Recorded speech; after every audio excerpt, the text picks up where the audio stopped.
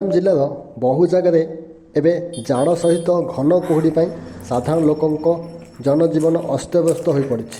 ସକାଳ 11ଟା ପର୍ଯ୍ୟନ୍ତ ଛାଡ଼ୁନି କୁହୁଡ଼ି, ଯାହାଫଳରେ ଲୋକମାନେ ନିଜର କର୍ମକ୍ଷେତ୍ରକୁ ଯିବା ଆସିବା କରିବା ପାଇଁ ନାହିଁ ନଥିବା ଅସୁବିଧା ସମ୍ମୁଖୀନ ହେଉଛନ୍ତି।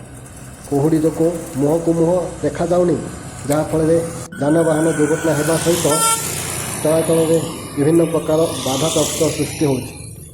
କେତେକ ସ୍ଥାନରେ ତୁଷାରପାତ ମଧ୍ୟ ପଡ଼ୁଥିବା ଦେଖିବାକୁ ମିଳିଛି। ଦିନ 11 ଘଣ୍ଟା ଯାଏଁ ଘନ କୁହୁଡ଼ିର ପ୍ରଭାବ ପଡ଼ୁଥିବା ଯୋଗୁଁ ଦିନ ମଜୁରିଆ ସହ ସାଧାରଣ ଲୋକଙ୍କ ପାଇଁ ଏବେ ମୁଣ୍ଡ ବ୍ୟଥାର କାରଣ ପାଲଟିଛି। ଅଜିତ କୁମାର ପଟ୍ଟନାୟକ, ଖଲିକୋଟ। ବର୍ତ୍ତମାନ କୁହୁଡ଼ି ଏମିତି ଏକ ବିପଦର ସମସ୍ୟା ପାଲଟିଛି, ଯାହାଫଳରେ ଲୋକମାନଙ୍କର ଧନଜୀବନ ଅସ୍ତବ୍ୟସ୍ତ ହୋଇପଡ଼ୁଛି। ଲୋକମାନେ ପଦାକୁ ଦିନ 11ଟା ପର୍ଯ୍ୟନ୍ତ ବାହାରି ପାରୁନାହାନ୍ତି। ଆଉ ଯେଉଁମାନେ ବି ବାହାରୁଛନ୍ତି ସେମାନେ ଦୁର୍ଘଟଣାର ଶିକାର ହେଉଛନ୍ତି। ମୁହଁକୁ ମୁହଁ ଦେଖାଯାଉନି, କେହି ବି କାହାକୁ ଦେଖିପାରୁନାହାନ୍ତି, ଯାହାଫଳରେ ସାମ୍ନାସାମ୍ନି ଧକ୍କା ହୋଇ ଲୋକଙ୍କର ପ୍ରାଣହାନି ଘଟୁଛି।